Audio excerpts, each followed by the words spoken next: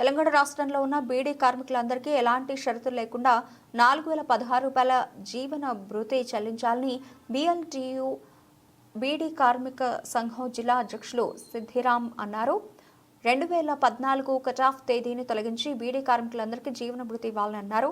ఎన్నికల సమయంలో కాంగ్రెస్ పార్టీ ఇచ్చిన హామీల ప్రకారం బీడీ కార్మికులందరికీ 4016 రూపాయల జీవన భృతి వెంటనే చెల్లించాలని డిమాండ్ చేస్తూ జిల్లా కలెక్టర్ కార్యాలయం ముందు ధర్నా చేపట్టారు. పీఎఫ్ కలిగిన బీడీ కార్మికులందరికీ జీవన భృతి చెల్లించాలని డిమాండ్ చేశారు. జిల్లా కేంద్రంలోని కొత్త బస్టాండ్ నుండి కలెక్టర్ కార్యాలయం వరకు భారీ ర్యాలీగా తరలివచ్చి కలెక్టర్ కార్యాలయం వద్ద ధర్నా చౌక్ వద్ద ధర్నా నిర్వహించారు.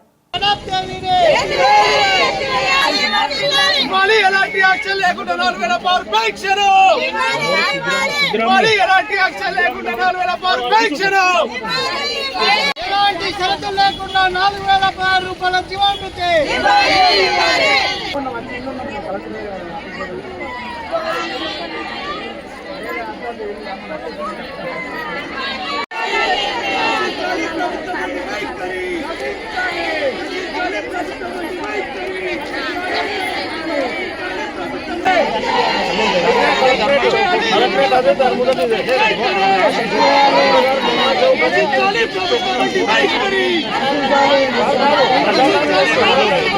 తోటి కార్మికులకు చెప్పాల్సిన అవసరం ఉంది. కానీ ఈ రోజు తెలంగాణ రాష్ట్రంలో వ్యవసాయం తర్వాత అత్యధిక లేదు కాబట్టి అన్నది మీకు పని లేదు, మీ కుటుంబాలు ఆర్థికంగా ఇబ్బందుల్లో పడుతున్నాయి, మీ పిల్లలు చేసుకొని ఈ ప్రతి అసెంబ్లీలో దీన్ని తీర్మానం చేసి కార్మికులను ఆదుకోవాలని కోరుతూ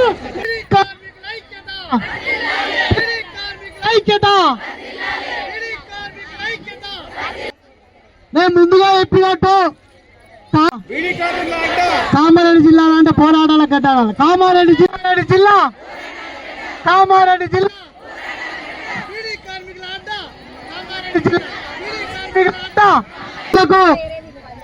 చెల్లెళ్ళందరికీ కూడా మా తెలంగాణలో 1,00,000 మంది బీడీ చేసే వాళ్ళు ఉన్నారు.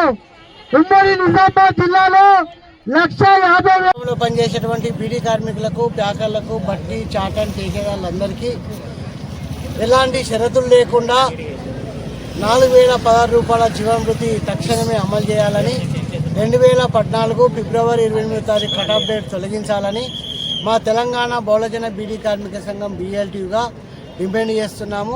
ఇప్పటికే కామారెడ్డి జిల్లాలో బీపేట, బిక్కనూరు, మాచారెడ్డి తదితర మండలాల్లో దాదాపు 15 మండలాల్లో ఆందోళన చేసి వాళ్ళ కామారెడ్డి కలెక్టర్ కార్యాలయాన్ని ముట్టడి చేయడానికి వాళ్ళ ఆందోళనకు పిలుపునివ్వడం జరిగింది. వేలాది మంది కార్మికులు పాల్గొన్నారు. ఇప్పటికైనా అసెంబ్లీ సమావేశాలలో తక్షణమే 4016 రూపాయల జీవన భృతి రేవంత్ రెడ్డి సర్కారు అసెంబ్లీ సమావేశాలలో ప్రకటించాలా.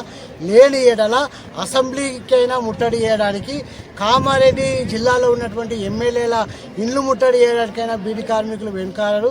మరి కామారెడ్డి జిల్లాలో ఉన్నటువంటి కామారెడ్డి నియోజకవర్గ ఎమ్మెల్యే వెంకటరామరెడ్డి గారు ఇప్పటికైనా గుళ్ళు గోపురాల మీద ఉన్నటువంటి సోయి కార్మికుల మీద, ప్రజల మీద సోయి తెచ్చుకొని ఇచ్చిన వాగ్దానము అసెంబ్లీలో మాట్లాడేటట్టు చేయాలా.